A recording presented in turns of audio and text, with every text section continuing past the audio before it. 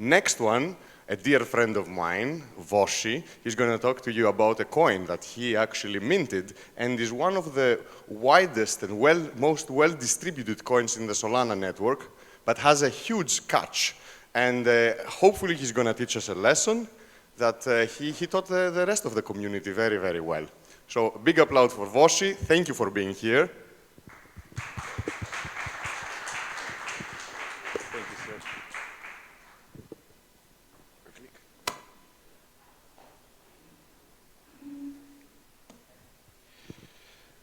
Hi everybody, my name is Voshy. I'm the founder of BlastCtrl and a new founder of AthensDAO with the best deal. Apparently I have team allocation just for eating.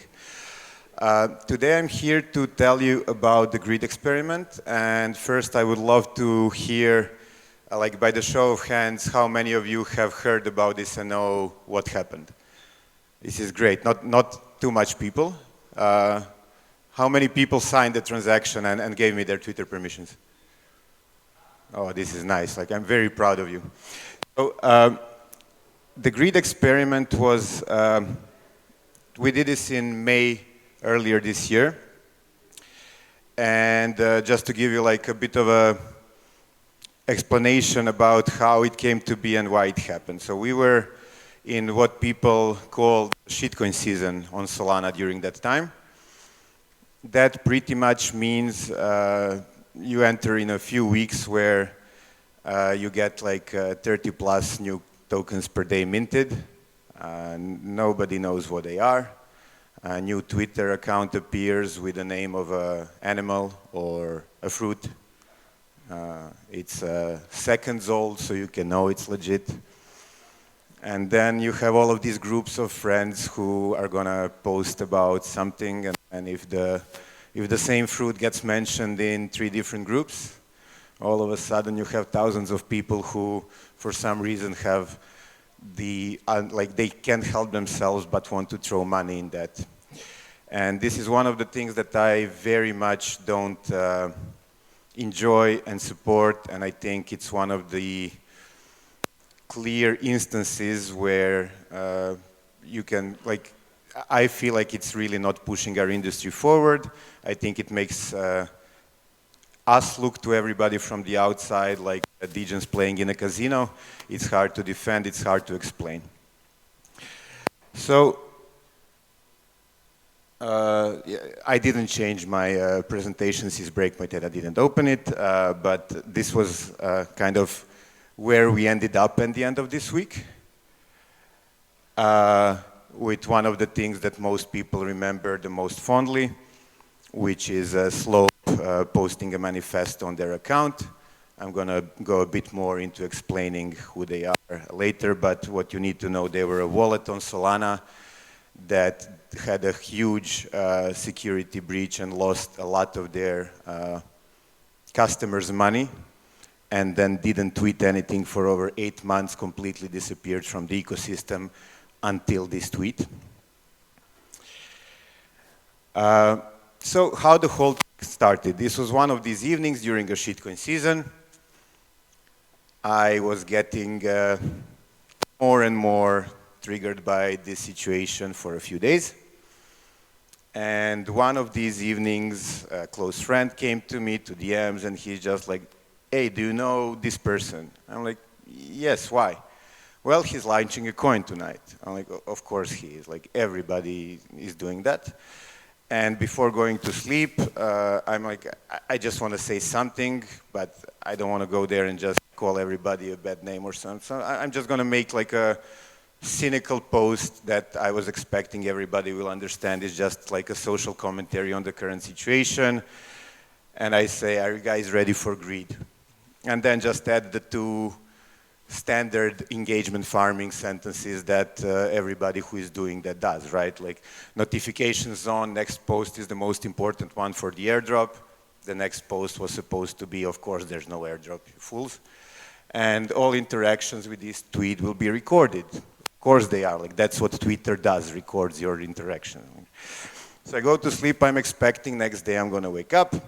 There's gonna be some people who as you expect, don't read and are going to go what. But I was expecting most comments are going to be like, okay, like I get what you mean. And I was very, very wrong. I woke up the next day. I had 500, 600 more followers 6 hours later. And one person sent me a DM saying, nice joke. Everybody else was, when? So this kind of didn't go as planned, and now I'm thinking, what do we do now? Like, if I just go now and say, you're all fools, it really doesn't work, because when it's at least 50-50 or something, that makes sense, but when like there's everybody and then one person, then I'm the fool if I do that. So I'm like, I'm gonna double down. Let's make this clear. Let's tell them they all need to quote retweet this and say, I'm doing it because of greed. This must like help people understand that this is clearly me making a joke on the system. I was more wrong this time around. This tweet did 500,000 views in like less than a day. I keep getting thousands of new followers. All of a sudden, this got way worse. Now, I'm in a situation than the day before. I'm thinking, if I do it now, it's even worse than the few hours earlier when I decided not to do it. And I'm thinking, how can I make this now into, like, I wanted people to feel a bit ashamed if they're behaving that way, understand that there must be a bit more to it than just blindly aping. Clearly, I was failing so far. So how much do I need to push it for people to understand? Like, if this is not enough. This post got, I think this is a bit of an older screenshot, but this got like 15, 20,000 quote retweets with people saying, I'm doing it because of greed. During that day, I'm thinking, and I have an idea, and the idea is quite crazy, but we decide let's do it. I find 2 developers who helped me deliver the whole thing, including a brand new smart contract, front end, back end, and the whole thing lasted just 6 days. Finally, just like to speed the story up, I'm going to talk about the few days in between a bit later. This is like 3 days later. We tell them that the claim period is now going to start. But I want to make sure for the end to push it even a step further. So if you want it, you need to quote retweet saying, my greed is endless. Again, 30,000+ quote retweets on that. I think this tweet ended with 700,000 views.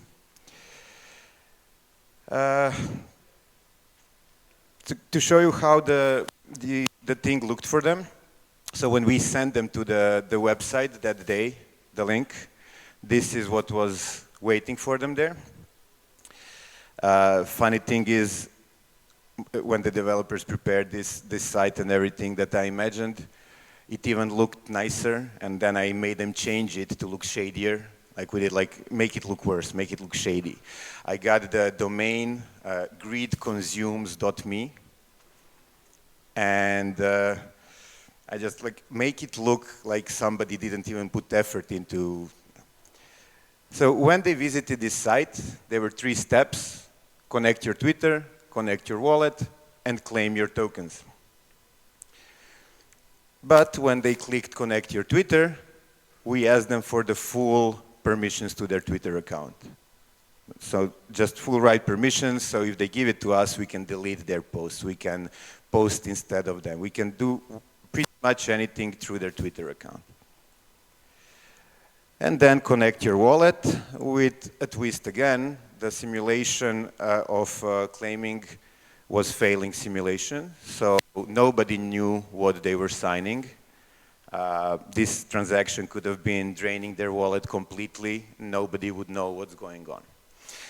So you would think with all of that, probably a lot of people gave up at this point. I hoped so, and again, I was wrong. Like, this was a week of me being very wrong a lot of the times, apparently. And finally, step 4, Share on Twitter. Wow, your grid truly knows no boundaries. Click the button to share on Twitter. If they click share, we prepared a nice little post for them saying, I'm so happy to be a part of the experiment. Good luck, Voshy. This got tweeted around 35,000 times during the 24 hours that we left the claim period open. During those few days while guys were working on this, I had to somehow, keep talking about this, but I wanted to make a point of only tweeting and saying things on Twitter that were clearly intended to make people feel like they should definitely not be doing this, right? So things like soft money saying, learn to be aware of greed, just because you hear some of the friends investing and suddenly you have the need to buy, you shouldn't do it. The only utility of shitcoins is making the founders rich. Like, those are the kind of things I kept retweeting. Then I even posted a playbook of how to behave during a shitcoin season, which pretty much said, if you're not the one launching a token, or if you're not a bot, don't do it. And all of these things, of course, didn't really help.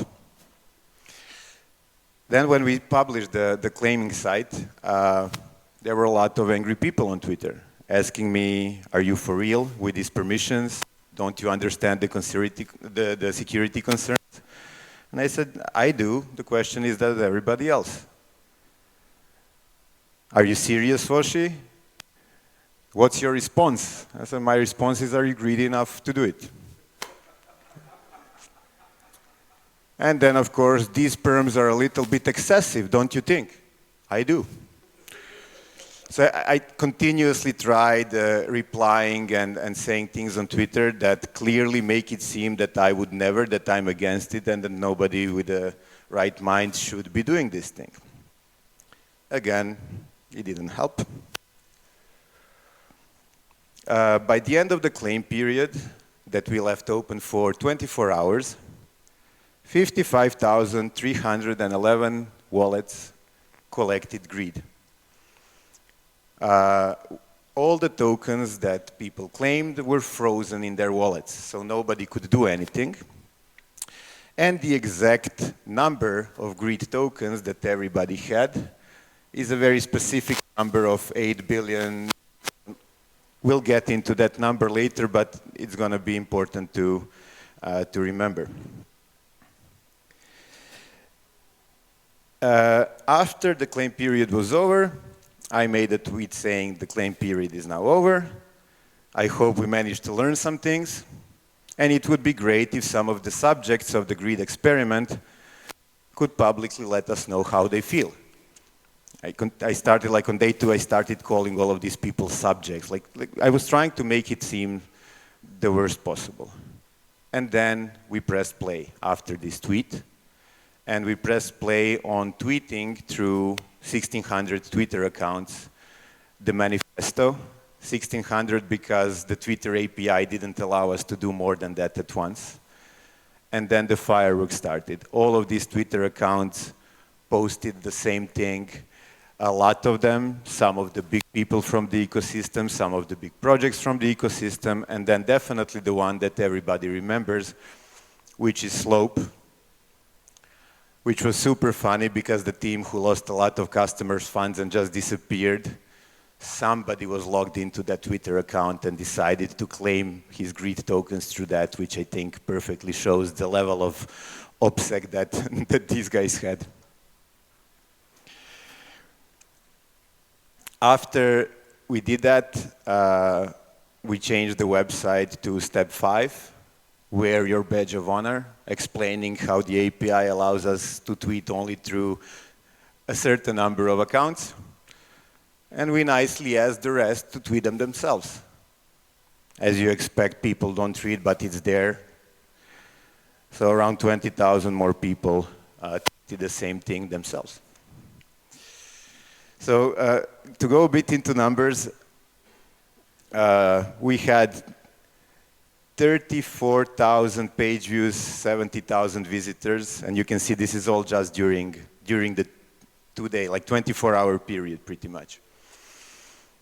The data analytics sites from like that do blockchain analytics, you can see the other colors are Bitcoin, Ethereum, Polygon, and then the green color is number of daily active addresses on Solana.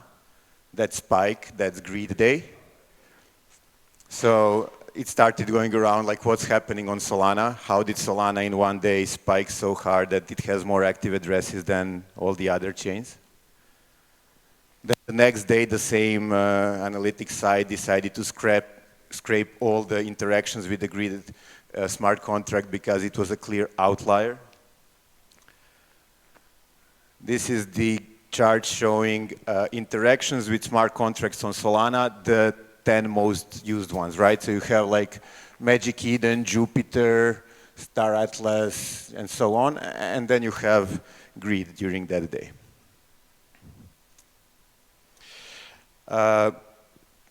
Now to go into some numbers, this was my very proud tweet the next day after the first tweet, because I started with around 2,200 followers on Twitter, something like that. And then woke up proud the next day, like, look, I had 3,000 followers. And by the end of the next 5 days, I had 33,000. The engagement of this post was simply crazy. The number of impressions and the engagement rate was just out of this world. I ended up the week with 5 million impressions on Twitter. And then it was at one point even trending at the top. I keep getting all the messages because the greed was the most trending thing. I got to the second place on NFT Inspect. The whole week was quite crazy. After the thing happened, all the media outlets started reaching out. So like CoinDesk, CoinMarketCap, Binance, everybody wrote about this. Everybody was reaching out, wanting an interview and statement, and even some local newspapers started that I never heard about, started DMing me like, can I do an interview? So let's go back to the number of tokens that we put in everybody's wallets. This was a nice little Easter egg, because if you Google that number, you're going to find that's the hotline of the SEC. So whoever tried Googling that number, they told them, like, use our forms to ask a question or report a problem concerning your investment. So if anybody wanted to find out, was this a good investment, they have a nice, quick way to reach that. So 55,000 and something wallets now forever have frozen in their accounts the phone number of the SEC, and they can't burn them, they can't remove them, they can't do anything with it. I often make a joke that this is one of the few tokens that has actual utility. Well distributed. We are top 35 token on Solana by distribution. Has actual utility. Nobody lost money of it. Follow me for more tokenomics advice. So to go a bit about what was happening during those few days and some things that I found very funny. I had friends telling me that their ETH friends, their Cardano friends, their L2 friends that never wanted to go to Solana before started reaching out to them, telling them, we heard about this greed thing, how do I make a Solana wallet? So it was a great onboarding project too. We're doing quite great. And then the thing that where I'm going to touch first time on lessons that we can learn from this. I had a crazy amount of DMs. Like the next day I woke up with like 100 and something. By the end of that week I had over 400 DMs, a lot of them from people who I knew for a long time and they knew my opinion on things, just asking me for pre-sale, asking me how much can I put in. No other questions were asked. Nobody asked, what is this token? How many of them are I going to get? It was just, how much money can I send you? And it was a shock to me. I knew that this was happening, but when you experience it with that volume in such a short time, you understand, wow, like we really need to do better. I saw people who are usually very kind of, critical and are going to do research. But the moment you hear about something hype that people are expecting money from like 2-3 different groups, 2-3 different servers, it's like, there's no more thinking. I want it, how much? And I think that the first lesson here that I would love everybody who follow these gets is don't fall for pure hype. Do some research, ask some questions, and not only yourself, but like make people around you raise your concerns. When these things start happening in a server, even if you're afraid of turning your DAO into dudes arguing online, go there and say something and tell them like, can you just stop and think for a second? I think that's how we can improve, move forward in a better way. Try to make a point of making people around you do better, even though you are not getting anything from it. But I think we are all going to be better long-term in this space if we start doing a bit more of raising our voice when we see something is not right. Now to go into some funny details about that. This is one of the examples, and there were hundreds of them. So we tweet through the person's account. He still doesn't even read. It's on his profile, and he goes, bro, I didn't tweet that. I have no idea what happened. And the manifesto literally explains exactly what happened. Somebody posts through a Twitter account. You don't even read it. You don't understand it. It's just like, I have no idea what happened. Those same people will then DM me after and asking, did you unfreeze greed yet? No one cares to read this shit. Who read all that? Is he actually launching or not? Like there were hundreds of these messages. Like it was unbelievable how many people got like explained this in detail, and they were still behaving like there was no way for them to understand what was actually happening. By the way, this was in May. I still get DMs and tags on Twitter with people asking, did he have liquidity yet? Now, is it safe to revoke? There's a story about this one. So we asked for the Twitter permissions, and then the smart experts started telling people, you just give them permissions, claim your tokens, and revoke. Like that's a great advice, which obviously it's not, because if there was something malicious, the second somebody gives their permissions, we can delete their whole profiles, right? If there was a malicious actor on the other side, this really doesn't save you from anything. But people felt safer doing that, some people. And then, while the claim period was running, I tweeted saying, by the way, whoever revokes their Twitter permissions is never getting their tokens unfrozen. So all of these people rushed back to give us back permissions, and for a few hours we were a customer support service. Twitter and DMs, how do I give permissions back?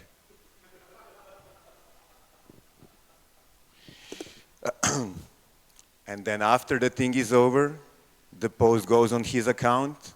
The answer is it now safe to revoke? And then, of course, a lot of angry people, because apparently how they consider these things is I was about to give you free money, but then I didn't. So apparently I could have had a successful launch, but they ruined it, so fuck me. I'm obviously just stroking my own ego by doing this. Some of my favorite ones were a bit longer stories. For example, they already know I'm a rich American dude, but there is a lot of monkeys from the third world, and why couldn't I share my wealth with them? And, to the simple ones, just like DMs saying F you. I'm not sure if this QR still works. This was prepared for Breakpoint, but it's actually not going to do any harm to you guys. Whoever doesn't collect it, I'm proud of you. But it's actually just an NFT that has like a screenshot of the slope tweet that I wanted to leave in everybody's wallets as a proof of attendance. And I want to do like, I can go into some more details, but I really wanted and asked guys to give me more time than I had on Breakpoint because I wanted to do a Q&A, and if there are any questions about the topic, any comments, anything, I would love to, answer some questions by the end of this. Please follow me on Twitter because after, like I was at 33,000 followers and then 8,000 angry people unfollowed me since then. I lost 1,000 more since Breakpoint. I need to make it back. And BlastCtrl is the agency that I founded and work with. We do consulting, everything from tokenomics, business strategy, marketing, technical solutions. I think in this case, the most important one is probably tokenomics. So if you really do want to launch a token for your project or company, get in touch. Let's see if it makes sense. And if it does, let's at least do it right and let's do it in the correct way. And I think that's it from the presentation. And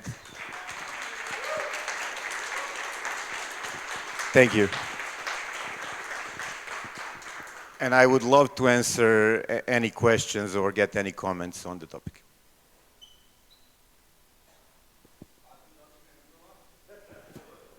Well, to be completely honest, I wanted to do a QR code on Breakpoint that actually drained people wallets and then return it, but using Solana Pay, we couldn't find a way to fail the simulation, so we actually gave a nice thing.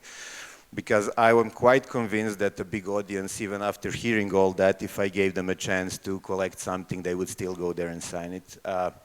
I may be launching a new one at some point. I don't know, probably not the same, but there is a kind of big educational initiative that I thought of after this, and we are now currently talking with Solana Foundation about getting a grant for that. I think I have a decent idea about how we can make these people who usually refuse to read incentivized into at least learning some of the basics of privacy and security. And that's one thing that I kind of skipped on during the presentation, honestly, because it doesn't show notes and I didn't touch this for over a month. But like, I think conclusions is something that I didn't go a lot in. I think there is privacy, security, and how we behave with our investments are, for me, three big topics around this that we can kind of learn. Like, people gave their wallets and their Twitter accounts basically for this. And I think we need to be more aware of these things and educating people around us. I must say that after this, I got a few dozens messages of people saying thank you, which was nice to see, and saying that they actually changed how they behave and look at these things, which always makes me happy. Few months later, FriendTech, I think you all remember it came out, and I was very much already kind of forgot about it. Things die down. You know how crypto works. Everybody forgets about things in 5 days. But when FriendTech came out, they were asking for a sign-up. They were asking for all of the permissions. So for the first 2 weeks of FriendTech, I keep getting tagged dozens of times per day saying did Voshy teach us nothing? And I was very happy because clearly some people at least remembered it. And yesterday I had a moment just here outside. There was a group of 3 guys, I think, that are local that didn't know who I am, but they learned. And then one of them apparently very much changed how he behaves, and now he doesn't allow his other 2 friends to do things like this anymore. And now recently, there was a thing with Mad Lads are doing the promotion with Wormhole, and the platform they're using is also asking for all of these permissions, and a lot of people raise concerns mentioning greed. So I don't think you can ever teach everybody, and I think a lot of people will always have the attention span of a goldfish, but as long as you have some people that are ready to be a bit more louder on it, you make some progress, I guess. Sorry for a long answer. I just remembering the things that I didn't say in the presentation, so.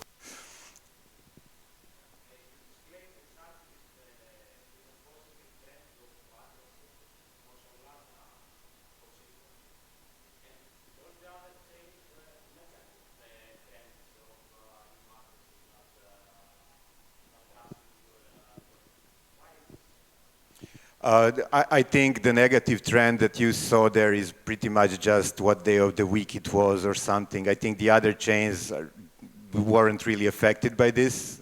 So it's normal that during the week and during a month you have ups and downs. The most important thing is that Solana, who never usually went above those other chains, spiked so high that they all looked like super low compared to that.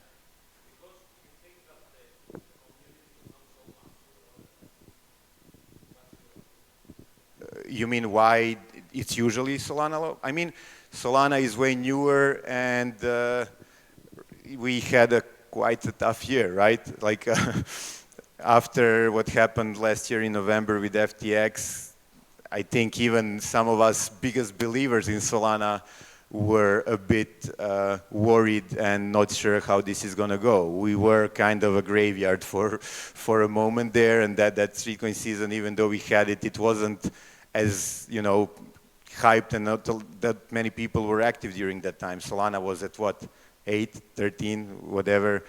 There was not a lot of people, but a thing like this happens. Apparently everybody reactivates, and even people from other chains hop on. So, I mean, it shows some things that we are maybe like even funny, that you don't need a lot to bring people back. That's, I guess, a positive, but the reason why they came back is really not great, and I hope we can make some of those spikes with things that are actually good and cool and useful and are helping solve a problem.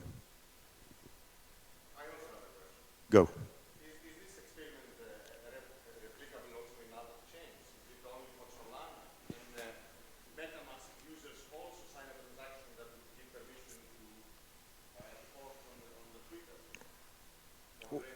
No-brainer wallet is a thing, yeah? I must say that on the technical side, I'm not sure, because I don't know EVM that well and how you can do and what you can fake on MetaMask. I think from what I've heard, it would be even easier there. The thing that would be a bit tougher, I guess, of course, as you know, is on Ethereum it would be tough because of the transaction fees. Here from 55,000 wallets, it definitely wasn't 55,000 unique users, you know, but the people who don't understand, they were smart. They did like 10 wallets, 15 wallets per person. I'm guessing on Ethereum, when they would need to pay gas for every thing, it wouldn't work. Also, I'm not sure if this thing where, like Solana token program, like SPL, has this option of freezing the token in somebody's wallet right away. I wouldn't know how to do it as fast, that's for sure, but I'm sure that a similar or the same thing would definitely provide the same, even better result, worse, right? Better for the talk, worse for the ecosystem on another chain. And also I'm pretty sure that if you did this 2 times a year, it just changed the name. As long as it's not going through my account, I'm guessing you would get a similar result. Sadly, but hopefully you would see a downtrend. Do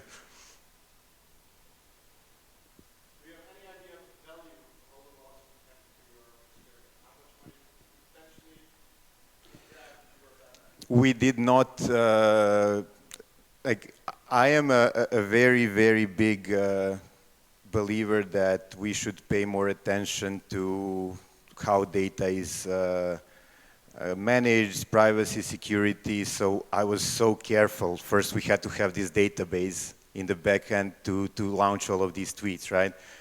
Like, I made the guy who was like the developer who was the only one with the backend AVS password. Like, I made sure that that password never left the shared password manager, that the database was deleted the second we started doing tweets.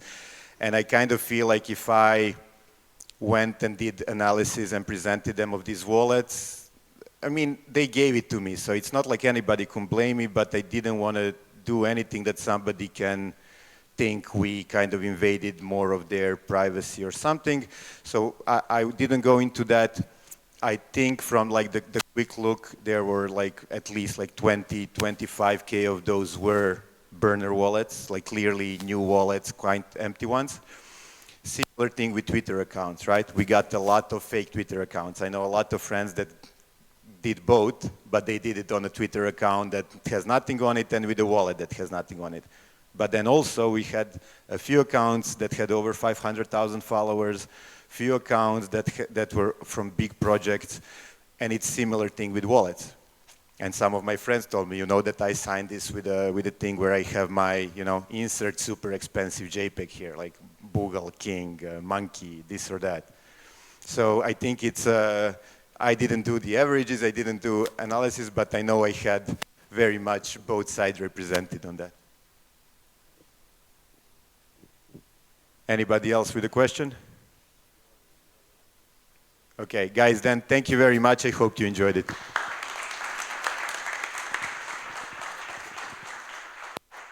Thank you, Voshy. And